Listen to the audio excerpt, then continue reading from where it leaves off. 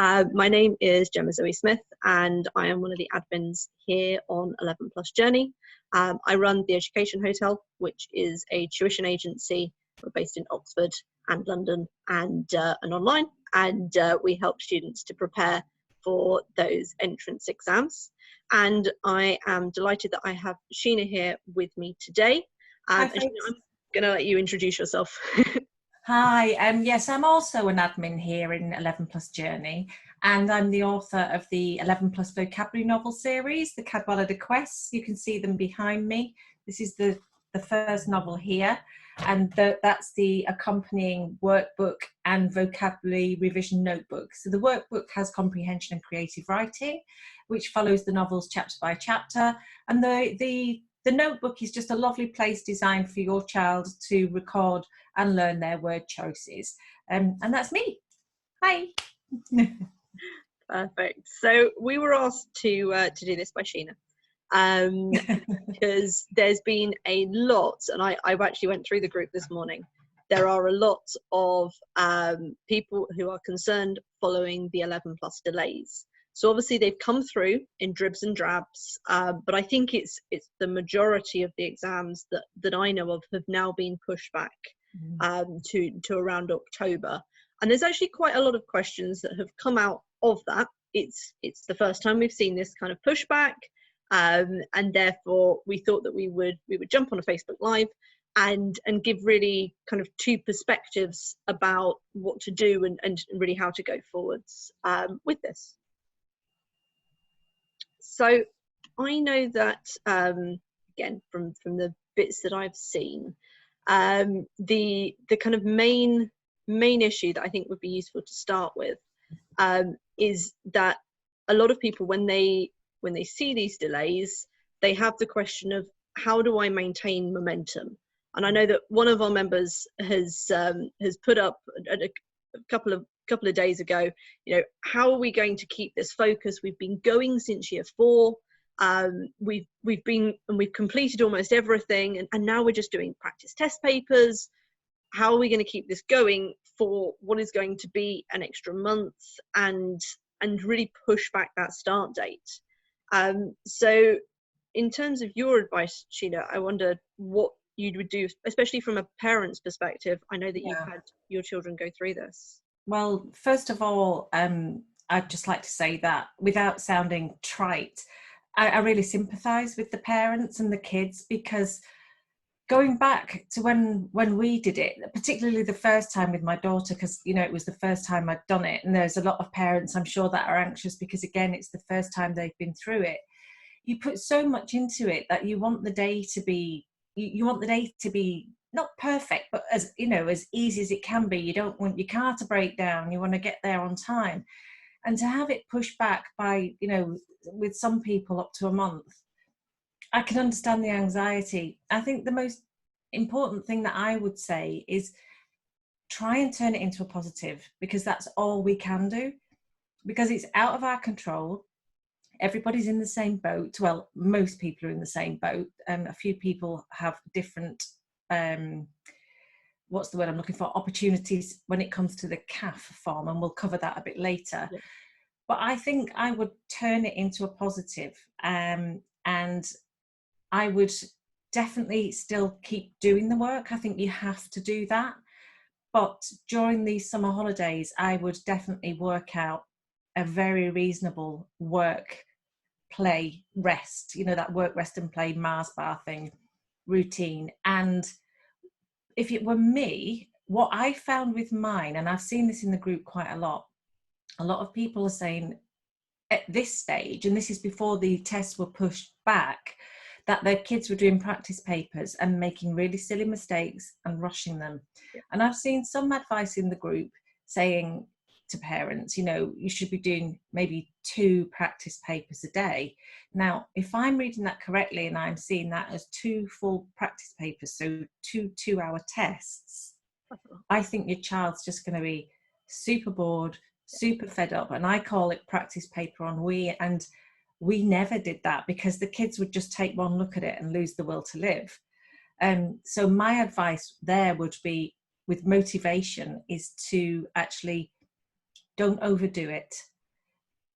make sure that you've got the right balance. And something that my kids still want from me is they want to know what they've got to do for the day.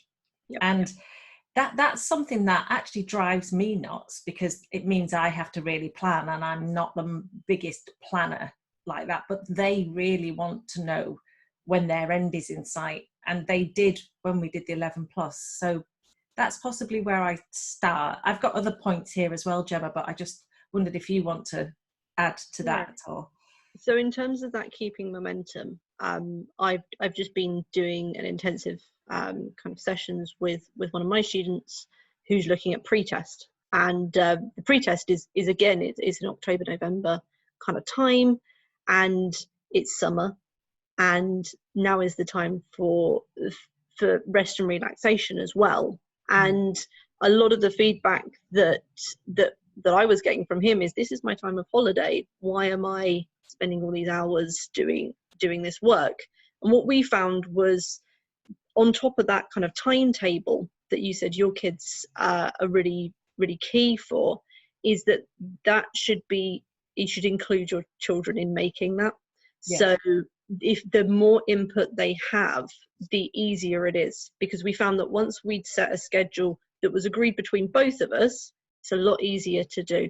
So usually there'll be some pushback dependent on really the feelings of your children, but the ideal way that I would do it would be to try and get something done in the morning, because that would be the kind of, they're fresh, they've gotten up. It might be that we take an hour of English, but in very short bursts. Again, especially given that these are pushed back, I wouldn't want children doing practice paper after practice paper, especially when there's no gain, because they're just doing practice papers. There's no real reason behind it. So what we've done is we've taken an hour in the morning, and we would spend that doing 15-minute slots of word games for the morning, Scrabble for the morning, spellings, grammar, different ways, and also making it a bit more active, so it was a bit more fun because it's summer. You know, we had different words, different adverbs that were in front, and a fly swatter to hit the right adverb dependent on, and just something that was a little bit more fun, that was a little bit more gamified, because ultimately you want it to be fun. You don't want there to be that drag, that real pushback, because I've seen kids who've peaked at this point and then overload have just gone down and down and down because they've spent too long doing it. So short sessions.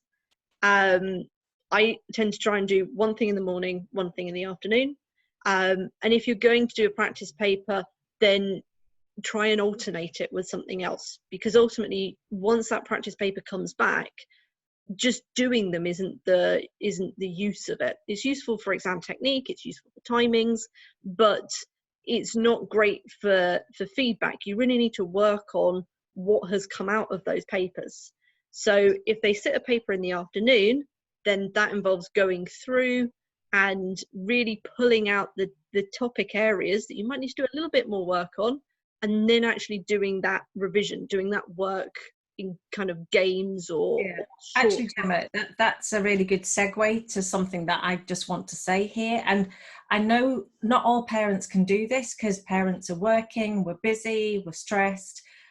But the thing that I still noticed, particularly with, not so much with my daughter who's going to start her A-levels, but with my son who's in year 8, and definitely both of them when they were doing the 11 plus, is the value that they got out of me sitting with them was unbelievable. And I still see it now with my son.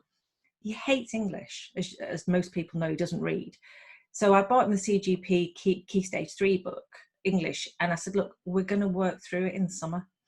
And there are tears, tantrums and tiaras, and he's 13.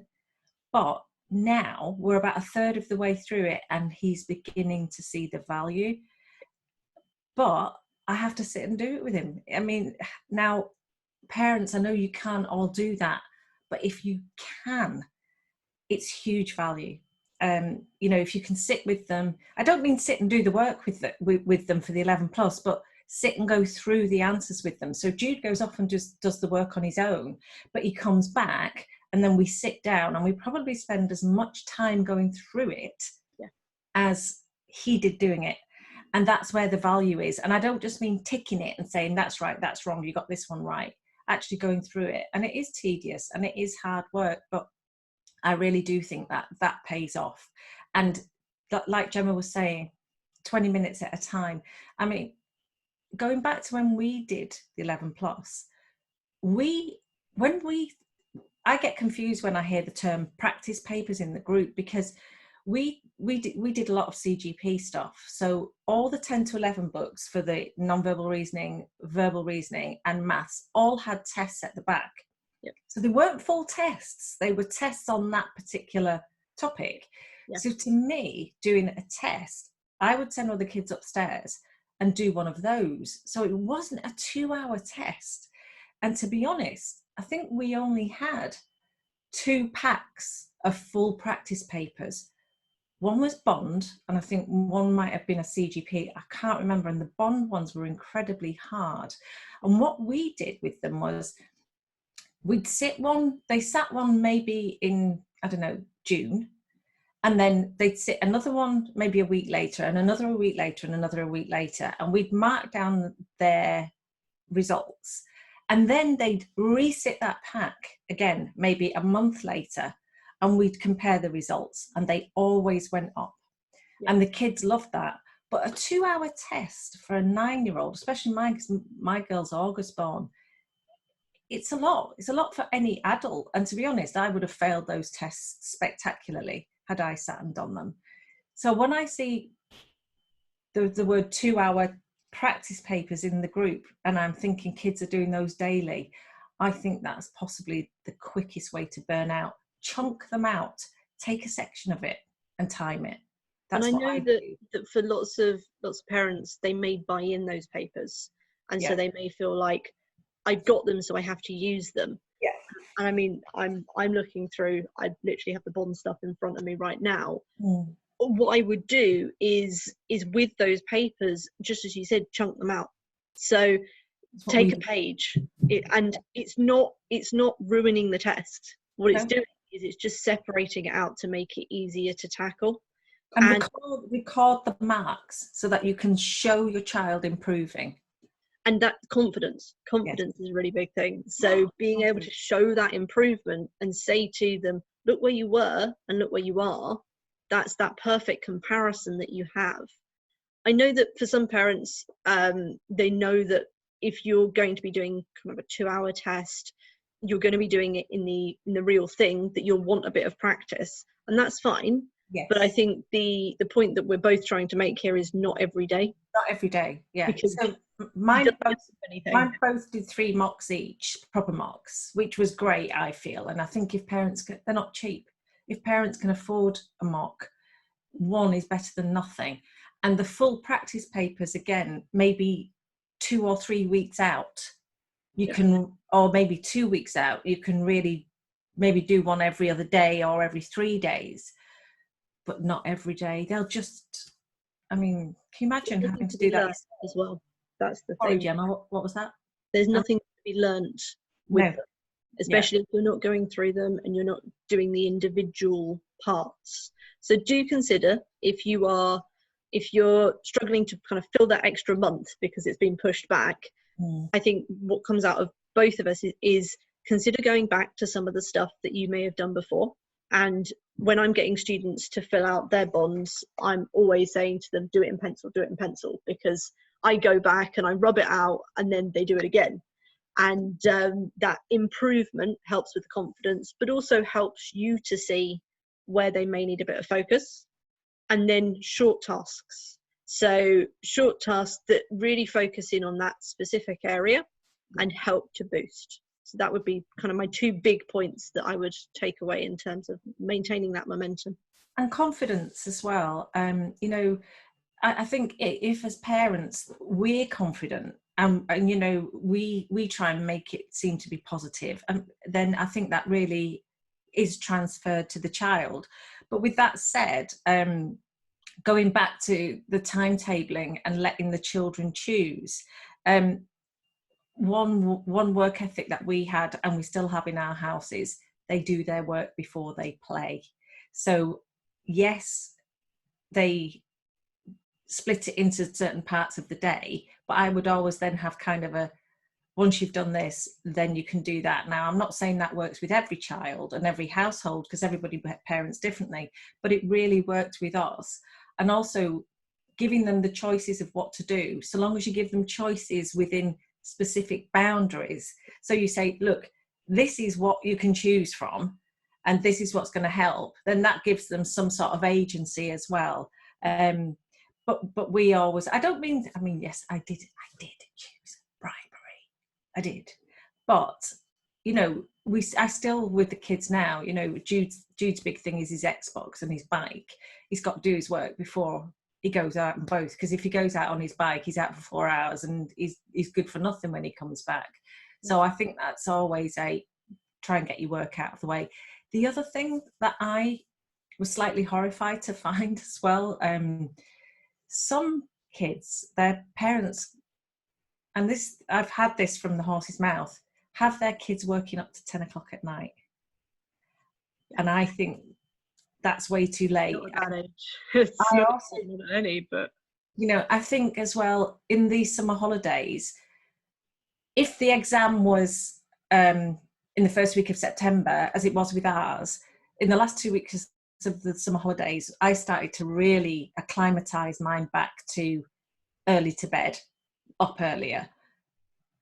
You've got a little bit more time now because it's in November, but even so, you know, acclimatise your child back to school so that they're not absolutely shattered as well, because they are going to be tired going back to school for that month as well. So early nights, lots of sleep, good food.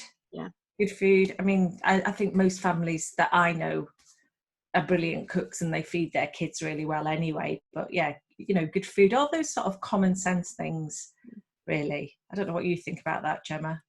I suppose I wanted to pick up on that choice thing, because as a tutor, often, depending on people's views of tutors, sometimes people see tutors as quite rigid.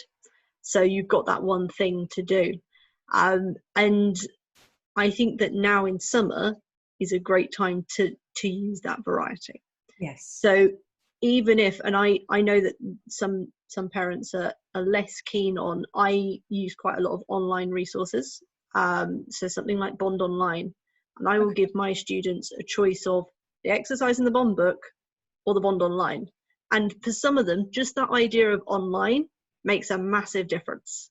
So nice to have variety as well. Exactly. And we've been doing some stuff with Atom, we've been doing some stuff with different programs, and sometimes it's just that change of scene that makes your child go from I'm not doing it, I don't, tears and tantrums, to oh okay, I can do it now because it's on the computer.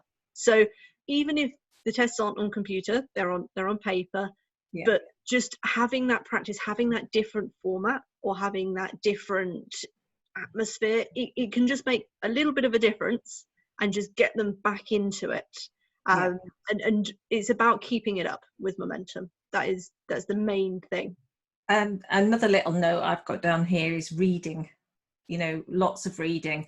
And again, at that age, I didn't sit and read with Josie, my daughter, because she was an avid reader, but I certainly sat and read with Jude, and you know, we'd go over the vocabulary, we'd discuss it. I mean, he hated it, but we did it. And I think lots of reading now, because hopefully most of the kids, I think, that I come across enjoy reading. There's a few reluctant readers, but if you've got a reluctant reader and you've got the time, 20 minutes at night and even 20 minutes in the morning if you can. And would you say for do both? Is that, because I think for mine, I would try and do both. But yeah, both. And the other, one of the things that we did as well, Gemma, with non-verbal reasoning, I mean, I know some exam boards don't even have non-verbal reasoning, like Southwest Hearts, but with our non-verbal reasoning, we only did about 10 minutes a day, but we did it every day. And we did the CGP or the Bond 10 minutes test. They'd have their breakfast and then they'd do that 10-minute test, and it was done. And they always they never had a problem with that. It was almost like cleaning their teeth. You know, And, the end site as well. You know yeah, how long it's going to take. That's yeah, it. exactly. And I used to say to them, look, you do 10 minutes a day, multiply that set by 7, multiply that by 30, 31. You've done your non-verbal reasoning. And it almost felt like a chore that was out of the way for them. And, you know, they both passed, and I think it works. You know, if you can do 10 minutes in the morning, and that was even when they were at school. And actually, even now, right the way through secondary school, we have done their French vocabulary in the mornings. So they sit at breakfast. They'll choose, I let them choose which words within their topics. They only choose 5 or 6 words. They learn them while they're eating the breakfast. They write them out. They mark them so they can see where they've gone wrong. And it just accumulates. Yeah. So like I say, maybe turn this extra month into a positive and think, look, we've got a bit longer, even though it's not ideal. And as you go back to school, do those little bits in the morning, yes, and keep that going. That's about keeping that momentum going whilst they're back at school, not just over holidays, because with that push date, you're going to have to keep it up over school times as well. And so that extra, you know, that 10 minutes in the morning is a great habit to get into, because as you said, you can use it for different things, but now they might want to use it for vocab or 10 minutes of math. Non-verbal reasoning is quite easy to do quickly, I think, because it's there and it's a more of a yes or no sort of answer, whereas with English they've got to sit and think about it. But I'm just thinking about that. Brings me to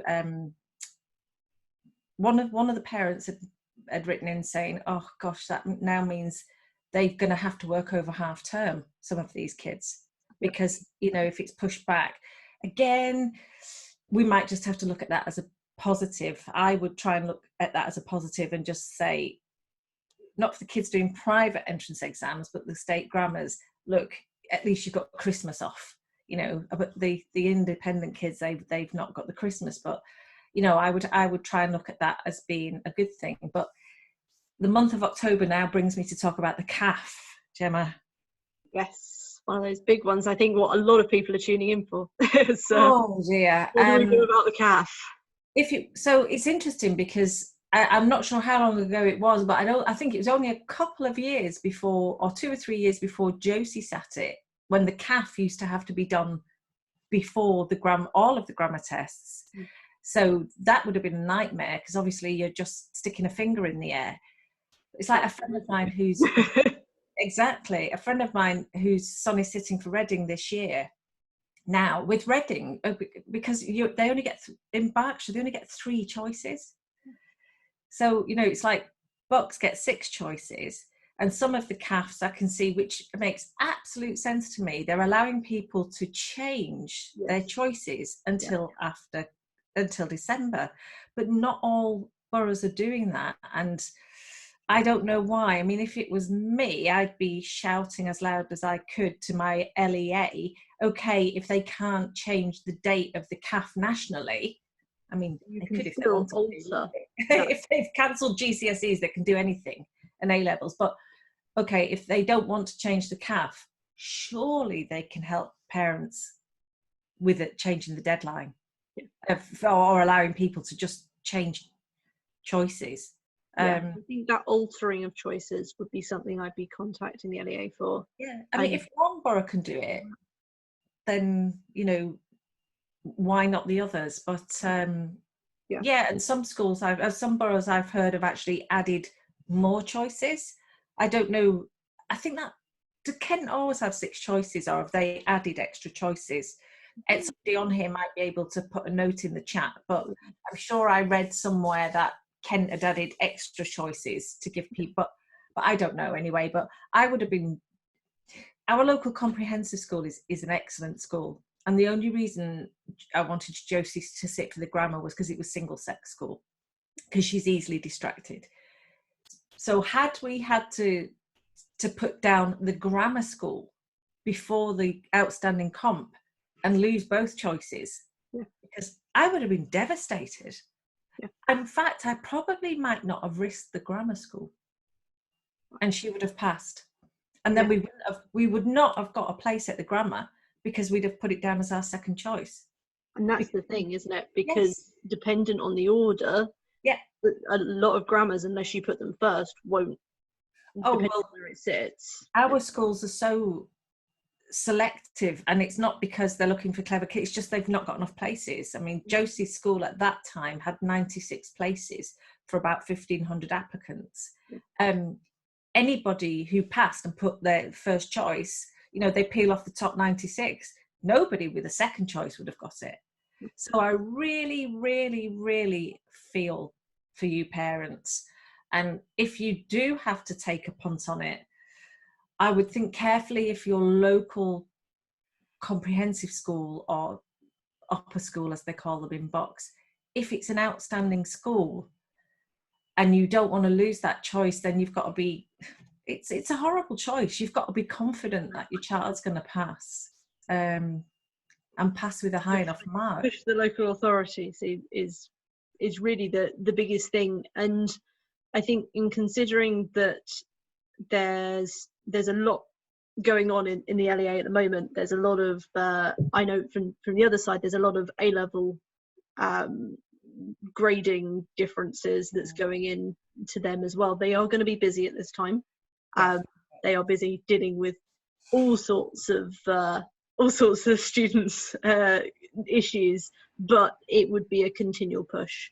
And I think in terms of, because obviously some grammars have appeals processes and all of that as well, by pushing the LEA now early, you're avoiding any of that that's going to happen later down on the line. So I would be contacting them. I would be trying to find out their procedure regarding changing choices. I'm not certain that you'd be able to change the date of it, but if you can keep it open until after the results come back, then it can be worked through. I know a bit less about it because I suppose I don't approach it from a parent's point of view, but that would be the big advice that comes through here. And I guess like my friend who's in Berkshire, who's sun sitting, I think it was definitely Sutton that had allowed people the grace till December, and I sent that to her. There was a clip in one of the groups, and I said to her, look, actually go, because our council offices are just down the road. Make an appointment, go and see somebody face to face, and in these circumstances, be polite, be professional, but don't take no for an answer. Keep pushing. Keep pushing, because that's all you can do. But if you don't push, as my mum used to say, if you don't ask, you don't get. Yes. And I'm a true believer of that. So long as you ask in the right manner, go for it and keep going for it, because it's a real dilemma. So the parents have got that anxiety, which they don't want to share with their child. It's difficult. Do you share that CAF issue with your child? I probably wouldn't. That would be my personal choice, because I think it's just another stress that they don't need to get to know about, but it's really difficult. And then it brings in this also, what it brings in as well is in Buckinghamshire, I think it's Bucks, there's a week's difference between in county and out of county, and one parent has brought up the dirty word of cheating. And some of those words, I think, some of the question types will get out, some of the vocab will get out. It happens. I've seen it happen. It's going to happen. And I really don't think that there's anything anybody will be able to do about that. I just don't think that these LEAs will or can possibly change the dates. And I think it's just something we're going to have to take on the chin. With those schools, from what I can see, the ones that have the difference between in catchment, out of catchment, prefer in catchment. So they select first in catchment. But I don't think that is for all of them that have that date difference. Yeah, and I think you're probably right there, Gemma. I think they do. and every catchment is different, but if they stagger the tests as well, you know, I don't know if they're going to sort of stagger the way they sit or whatever, but I guess it is open if these kids are sitting the same paper. But then the same could be said if a kid's sick, couldn't they? You know, if so, it's just one of those. Also, I think in terms of from a kind of preparation point of view, it often comes up every year. The idea of, you know, somebody who's been ill and then they've taken it, or they've had a bereavement and they've taken it a little bit later. There is always that word that goes around about a cheat. But if you consider that even if a student came out and they remembered 20% of the paper, which they're not going to, because if you can think about what your 10-year-old can remember, that is work related, not to do with Minecraft, not to do with, you know, something that you're asking them to try and remember maths problems, or you're asking them to try and remember vocabulary, they might remember the odd question. They might say, oh, you know, they asked me about, but you're not going to get the whole lot out of a child. And then really, how much is it going to impact that child who is taking it, even if they consider they hadn't prepared at all and they had found out 20% of the paper? That's not going to help them. I think the key point that you made, Gemma, was if they, you know, if they sit the in-county first and then the out-of-county, and the in-county have a priority, well, that's fine, isn't it, really? So, but it was just brought up in one of the groups, and I would say in this instance with COVID, Not going to make concentrate on getting the CAF changed, Yeah. and don't worry about that part. I But don't think it's going to make that much of a difference, considering that the child who's taking it on their own, or the child who's taking it later, also may have taken an in-catchment version.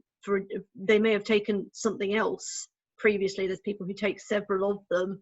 They have had to deal with a different preparation time. They may have had that extra week, but really, is that going to make much of a difference? So there is more than just there's a week between them. You're unlikely to change the grading to favour to have that much of a difference between them. Even if they're using, and I think they probably will use with similar papers, they may change the orders of them. They might change comprehension or something, but even if they don't change it, there's not going to be that much that trickles down that it's going to be noticeable. It's going to be completely different. You know, there's going to give them such an advantage by taking it later. But like we say, I think it's better as a parent, if you can maybe concentrate your efforts on contacting the LEA about your CAF, because that's the part that's the one that we know can be changed, because we've seen it happen in other counties. And definitely Sutton. The efforts. So, and so that brings me on to parental stress. So we've talked a little bit about it.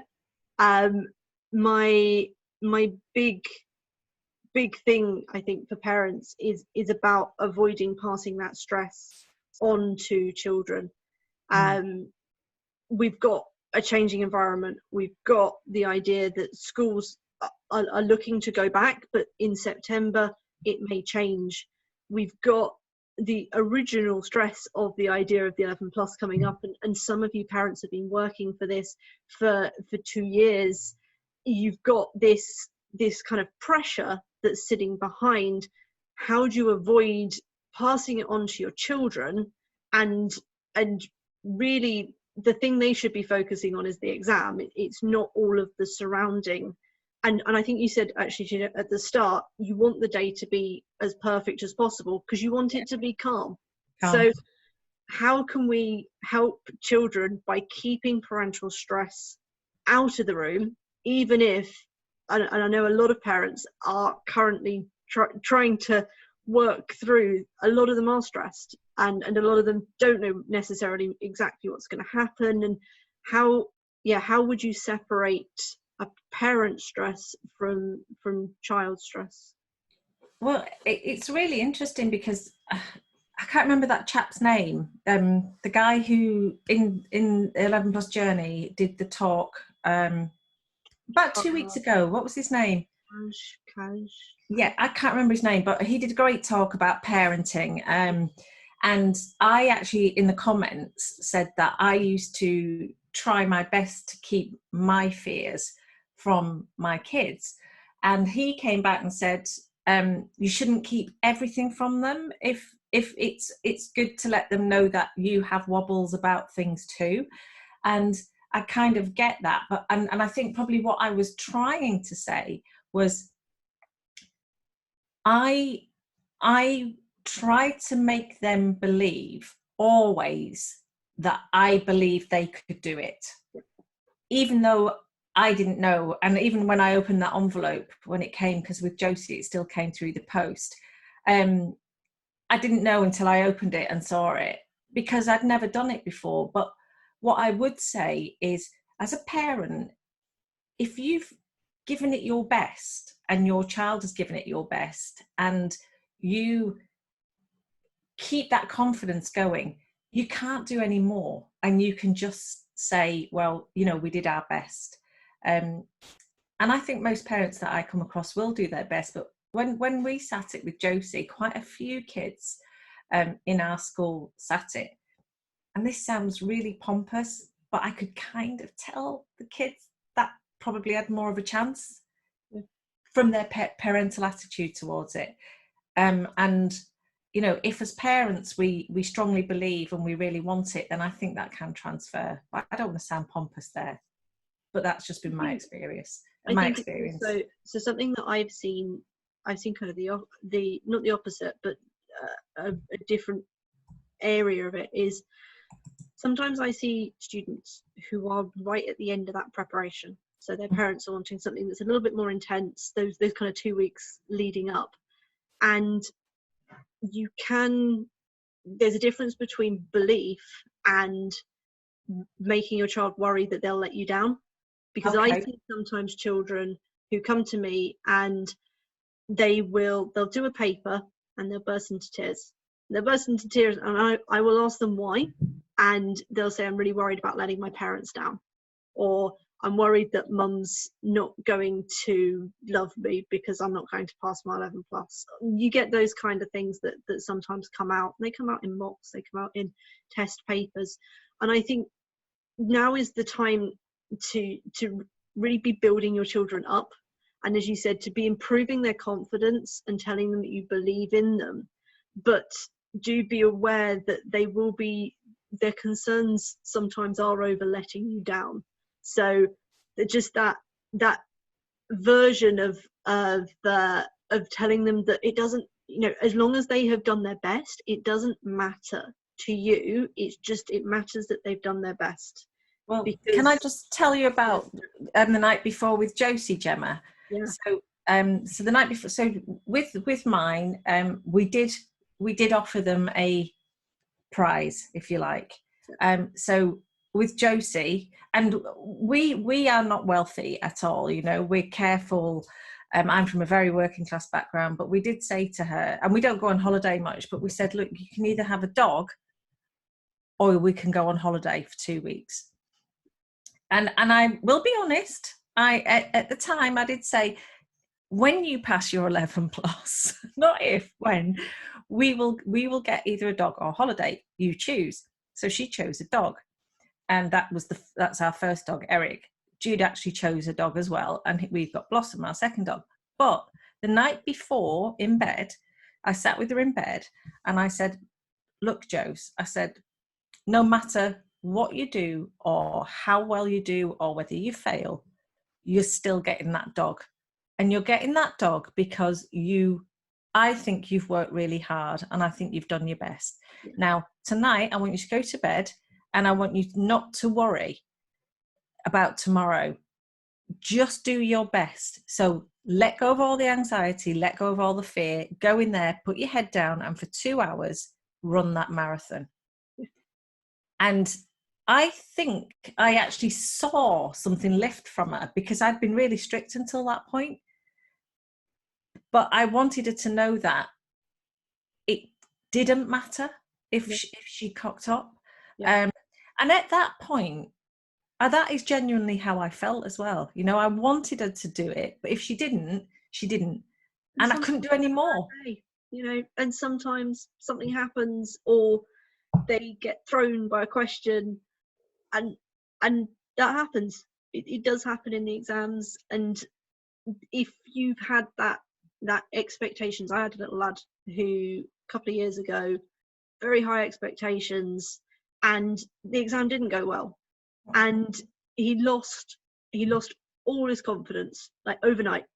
Because I kept seeing him afterwards, and he had an older brother. The older brother was going to the school, and it took over half a year to get it back. Yeah, It took him going to, in the end he placed at a really high independent school, and he did wonderfully, but we had to really work to get him there, because he thought he'd let everybody down, and he thought that it was the worst thing that had ever happened to him. Oh, that's horrible. And that's that expectation, that the expectation was that he would get there. And I think it's great to have that confidence and to believe in them, but do make sure that you are praising the work, not necessarily not the child. Yeah. It's interesting as well, Gemma, you just made me remember, Josie did 3 mocks, and she did them quite near. So our first one was in June before the test, and then I think she did one in July, maybe 2 in July. That first mock in June, which was only July, August, September, like 12 weeks before the test, she absolutely bombed it. You know, 3 months before, she bombed it, and that was difficult. And we had to sit down and say, right, look, let's see this as a positive. We can work on that. And in actual fact, it was exam technique that she needed work on, you know. But don't worry, parents, if you've done a mock and your child has not done very well, because my girl failed her first mock miserably. Jude never got over 80% in a mock. He did 3 mocks with Susan Dowtry. We were pleased with them. Never got over 80%, which is quite on the border for Reading School, because you do need a high mark. And on the day, he did it, you know. So don't fret if the mocks don't go that well either. And don't make them feel really down about it. Again, say, right, we need to work on these parts. We as a team. It's not down to them. And again, parents, you can't all do it because you're working, but if you can go through the work with them after, especially now in this critical time, you know, this is, you've not got that long. That's where you'll really reap the rewards, I think. And so I've got a couple more just bits to cover. The other one I think that's mainly come up is about, we've talked about maintaining momentum. But some of these students haven't had the chance to go and see the school, or haven't maybe got that motivation. You haven't been at school for the last couple of months. It's easy that motivation is lacking. What can we do to really motivate them, to make them realize that this is what they want, when actually it can feel quite hard, because you have nothing tangible to cling on to? So what would you recommend in that one? What did you do that if motivation was lacking? So I'm in that boat now, actually, if I'm truthful, because Jude Reading have been very kind and said, I think it's the first or second week back, you're having your end of year exams. So I'll be very honest. I'm finding it tricky. I'm just having to give him more, like I said. So I've had to say, right, here's the CGP English book, so the same as the CGP 11 plus book. Go do it, and then we are going to sit down together. And that, me being with him, I think has been the biggest motivator, because he can see an improvement. That, and once you've done your work, you can do what you want, Yep. which, you know, again, it sounds like bribery, but I feel it works because, and also I am quite realistic with mine as well, in that I say, look, there's no magic to this, Jude. It's down to work. What you put in is what you get back. The work won't do itself. And because I am from that very working class background, I mean, I can prove to them that that happens, because I didn't even do A levels, Gemma, you know. It's just that grind. And I think it does come to a point where with the motivation, there is a bitter pill and there is a sweet pill, and you just have to get both sort of measured together. And if they're really kicking back, with mine, I mean, you can either be the Gina Ford mother, can't you, or you can be the soft fluffy mother. You know, and I fall probably a little bit nearer to Gina, and again, that's a parenting thing, but sometimes it does come to the point where you just say, right, you're going to have a great rest, you're going to be doing this, you're going to be on your Xbox, you're going to be going out, now you do the work. Yeah. So structure is one of those things. Yeah, structure, and not overdoing it. Again, 20 minutes. Yeah. You know, 20 minutes, then we stop. I think for mine, and the type of work that I sometimes do with students is intensive. So I sometimes see them for a whole week. That's the type of work that often I do with my students, and therefore sometimes it comes down to that motivation area, and we do reward charts. So you earn 3 stars if this is completed, you lose a star if this happens, that type of idea. I do a lot where I show my students TED Talks. So yeah, they're great. I will pick, if they're into football, I'll pick a famous footballer, and I will talk them through the idea that, well, that footballer didn't just land in the middle of the pitch and could suddenly play. They had to work at it. They had to get up, they had to follow their routine. And we often look up videos of footballers' routines, or, you know, sports stars' routines, because they have to work really hard. They've got to look after themselves. They've got to spend and put the time in and do the practice. You only see the match, which is just the same as the test. So we use that analogy quite a bit, and we use inspirations on that as well.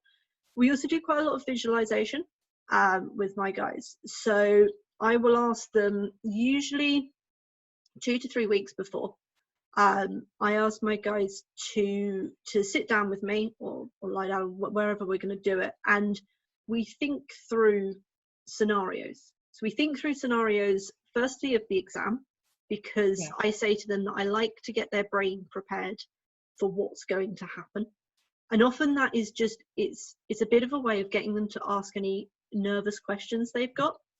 Because I think we've discussed this before, that I get occasionally students who are worried about where parents might park, or where they're going to be, or all of that kind of stuff. I think we've discussed this one. Well, just before I forget, Gemma, we did a dummy run as well, because obviously it wasn't our school, so we did a dummy run. I told her where I'd be, I worked out where I was going to park, blah blah blah. Which is important, because these are the types of worries that we don't necessarily think that they have, but actually makes quite an impact on the day. Like, we're trying to make the day to go perfect, make sure the car doesn't break down, etc. They're doing the same thing, but they want to know where you're going to be. Are you going to pick them up on time? Are they going to be taking a water bottle? What's going to be allowed in the exam? So we do this via visualization. You could do a dummy run. That works just as well. And with the motivational stuff, I always say, and we always finish it by saying, you've come out, you've done your best, and this is what you're going to do afterwards. And we always make sure there's something nice afterwards. Josie went shopping and spent lots of money. Jude, I don't know if I've ever told you this, Gemma, but Jude did his on his birthday. Oh, yeah. Awesome. So and he did it with a friend, and after that, all his friends came around and we had like a pizza movie. You know, absolutely, you've got to do something nice after. And when they came out, obviously you're going to say, how did it go? How did you find it? And that's what I did. And then I went, well, it is what it is now. Let's park it. You can just go, ooh, you know, now. And look at my kids as well. They were really fortunate because their primary school did their, and this was something that was just serendipitous as well. About 3 years before Josie did hers, her primary school used to have their year 6 school trip the week before the 11 plus.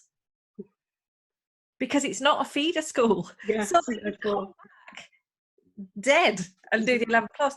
Luckily, they changed it. And so my kids also had the thought of going away on Monday for the week with on a school trip. There has to be something that is, and that also provides that little bit of extra motivation. Oh yeah. Just knowing, okay, well, once it's done.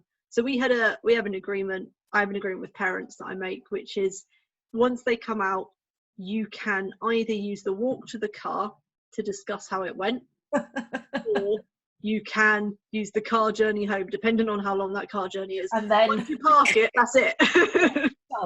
Yeah, we're not going through every question. We're not going through what you could have done or what should have happened. That's it. Yeah.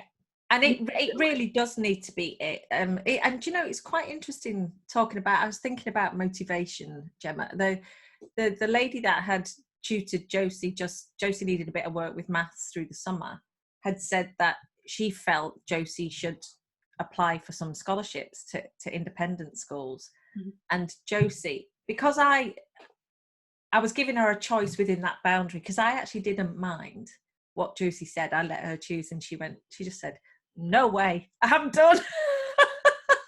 She said, I'm done.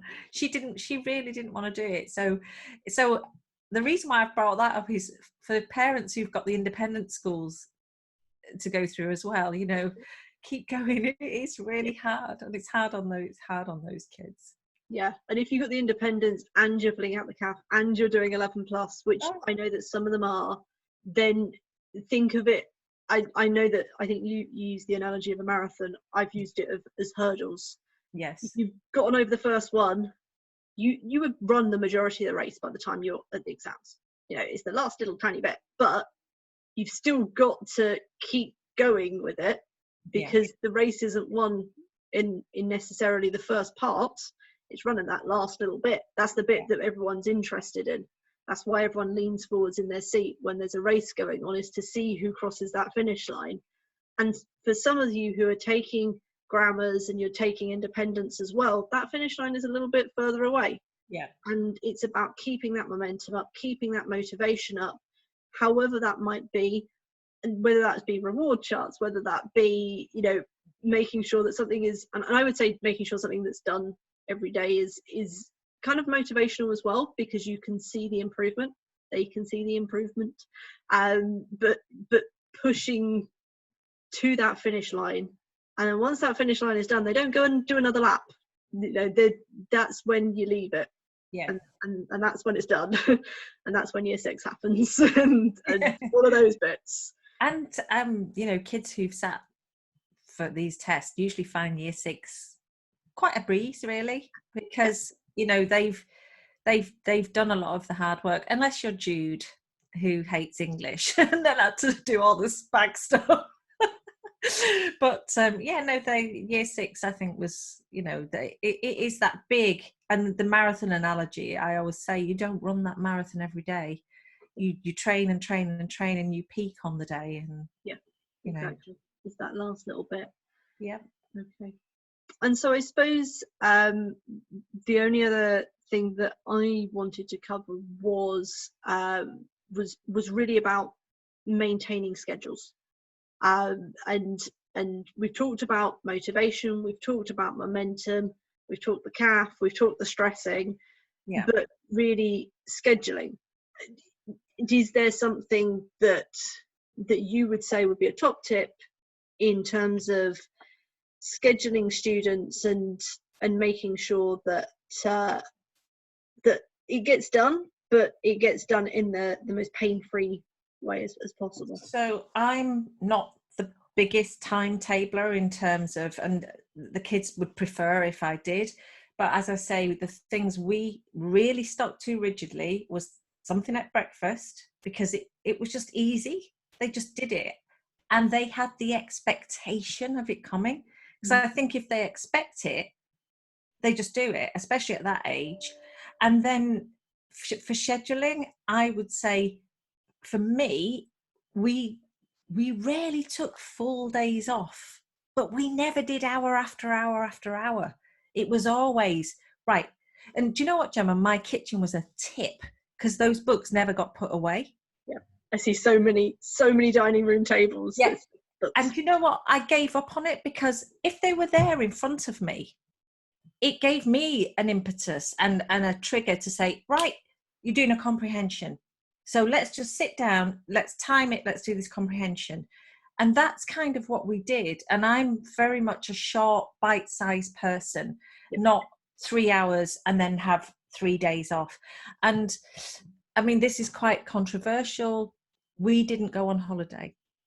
But that's a parent's choice. And we didn't go on a holiday, partly because I'm not a massive holiday fan, but just because I knew as a family that if we did, we wouldn't do anything. And maybe that's fine for some people, but with me as a parent, taking 2 weeks off didn't sit well with me. We would have still I felt for my kids, we would have still have to do a little bit, but that was given that the test was in September. Yeah. So, you know, and again, that's controversial. That's down to individual parenting. But I don't know what your thoughts are on that, Gemma. I think it depends on whether you've got siblings. So right. if there's siblings, and because I know a lot of students during summer really struggle with the idea of there are extra children in the house, siblings who are not doing revision. Yeah. And there's two ways you can go around it. The first is that you can get that sibling doing something, and they can have their own project-based learning. So quite often we plan for little siblings to do their own things whilst we do the 11 plus, because that's just about getting them busy and getting them doing something, and also, you know, getting them to do a bit over summer. The other area is that if a holiday is something that you've always done in your family, whether that sibling is going to be more of a nuisance, or whether you can. Some families do really well with splitting out an hour in the morning, and just the 11 plus child gets up a little bit before, does that work, and then the rest of the day is theirs.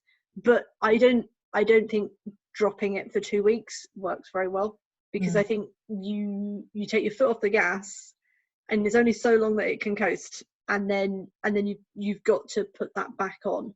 So if you are looking at holidays, I would drop down to an hour a day, whilst there, maybe an hour and a half too, if you feel that it's useful. But that would be the amount I'd probably be doing at home as well. I wouldn't be doing 6 hour days, 7 hour days. It really, for me, is quality over quantity. So 2-3 hours per day for me is much better than sitting at the table for the whole day and day in, day out over summer. So I would say for my students, the maximum is 3.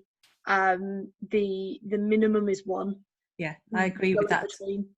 I agree with that totally. And that's probably what we did, Gemma. Probably not more than 2, actually.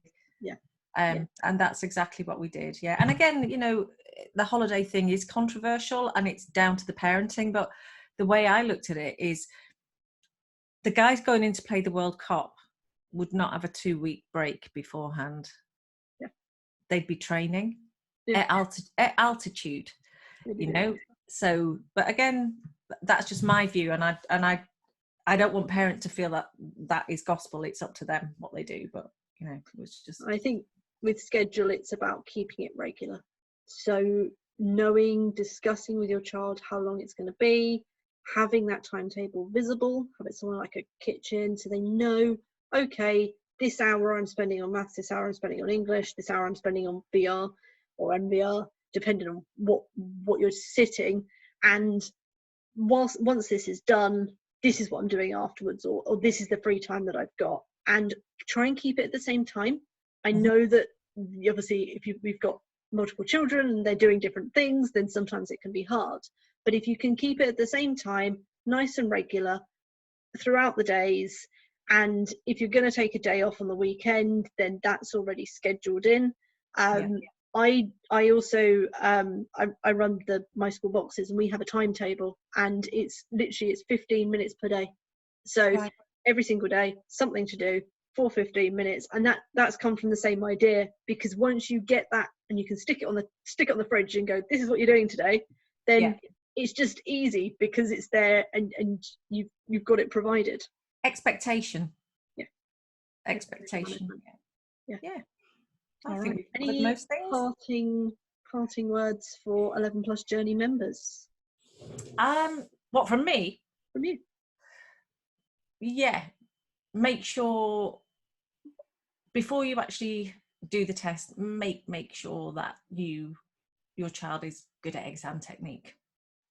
That's my and there was one other thing as well that I told Josie about. I said, when you feel nervous, call it your monkey, that you've got a nervous monkey. I said, and when you get into that room, get that monkey visualization. I said, put it in a box, put the lid on it and sit on it, and don't let that monkey out of the box until you've finished.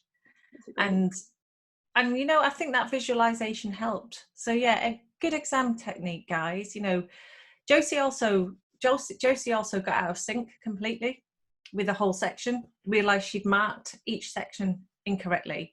Luckily she spotted it, rubbed it all out and marked it correctly. So guys, make sure that you're marking the number of the question that you're answering corresponds with where you're doing your little mark, if it's multiple choice.